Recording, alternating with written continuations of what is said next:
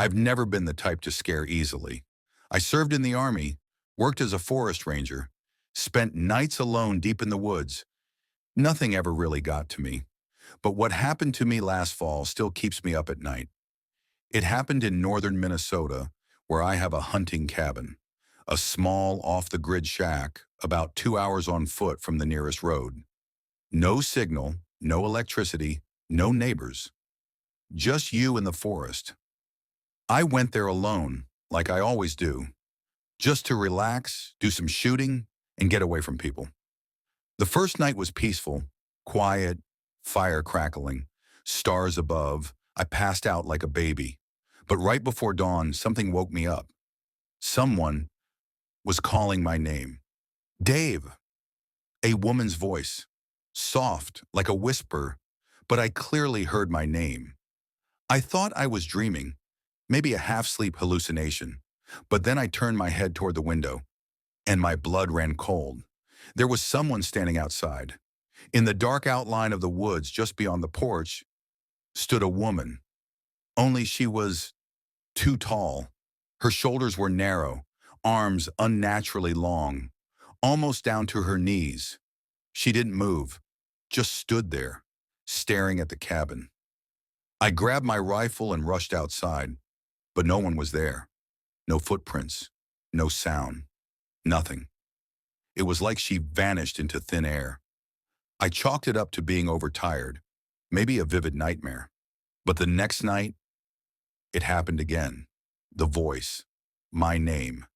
Dave, come out. Only this time it sounded like it was inside the cabin. I froze.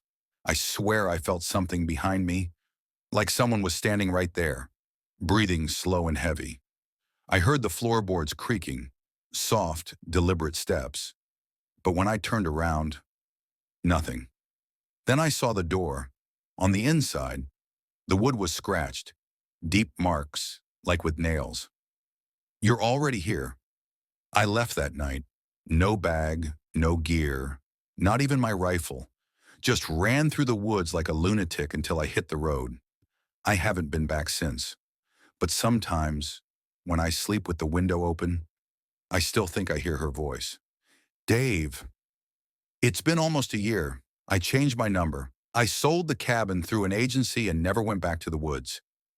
I've been sleeping with the lights on. I moved to the city, surrounded myself with people and noise. Anything to drown out the silence that used to hum like static around that cabin. But it didn't help. The dreams started a month after I left. At first they were vague. Fog, trees, whispers I couldn't quite make out. But then she came back, standing in the forest, always watching, always calling.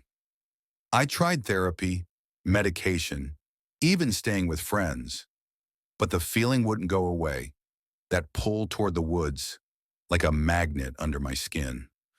Last night I woke up and she was in my apartment, pale, tall, smiling. She didn't speak.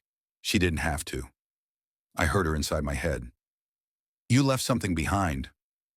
I don't remember putting on my coat. I don't remember grabbing my keys. I just ended up here, back in the woods. It's midnight now. I'm sitting in the ruins of what used to be the cabin. There's no structure anymore, just ash and broken glass. But somehow the inside of the cabin is still here. The space where it used to be feels wrong, like I never left. She's behind me now. I can feel her breath on my neck, even though the air is completely still. And I finally understand. I never escaped. I never left the woods. That night when I looked through the window, she wasn't outside. I was. She was in here all along, and now I am too, forever.